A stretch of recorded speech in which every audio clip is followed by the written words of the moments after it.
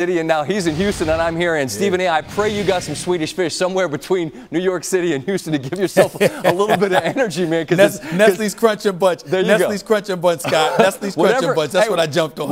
Whatever you need to get you where you got to go. I want to ask you about Tell me about it. And Brad Stevens, man, because obviously we're going to focus in on the floor, but we're going to focus in on that coaching matchup. What have you noticed thus far?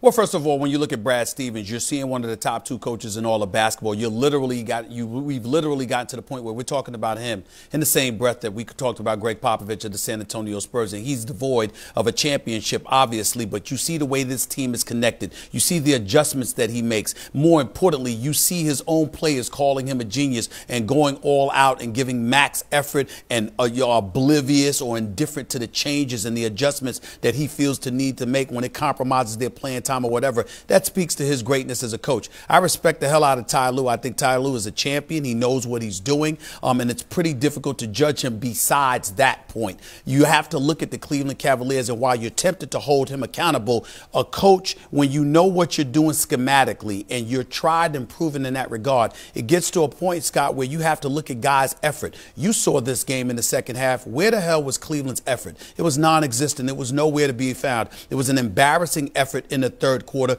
Your backcourt combined shooting 1 for 11 from the field in George Hill and J.R. Smith, who ultimately ended up getting outscored a combined 41-3 as the starting backcourt for Cleveland compared to Jaylen Brown and Terry Rozier. That's just an embarrassment beyond measure. I mean, they're on the back of milk cartons right now, for crying out loud. There's an APB out for all of them. We don't know where the hell they are right now. And so if you're looking at LeBron James, you're not getting any help whatsoever, and you have to wonder when that's going to have a contagious effect on the team where you're going to see such lackluster effort. And then all of a sudden you saw it in the third quarter. They stopped playing. Look at the wide open layups that the Boston Celtics were registering. And then to make matters even worse, that was a flagrant foul by J.R. Smith, pushing Al Horford in the back. But then when Marcus Smart got in his face, he shoved Marcus Smart again. That could have easily been another flagrant, and it could have been an automatic ejection. So he got away with something there as well. In the end, what it comes down to is that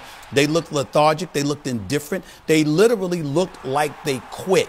And when you have an experienced squad led by the best player in the world, I don't know how much you hold the coach accountable for that when you clearly see this flagrant lack of effort. It's a problem. And if they don't get it right in Game 3, they might get swept. It's a bad situation in Cleveland right now. Just an embarrassment. Yeah, it's stunning. We'll see if going home is the recipe to turn this thing around. Stephen A., appreciate your time, and thanks for being with us. Please get some rest, sir. Please get some rest.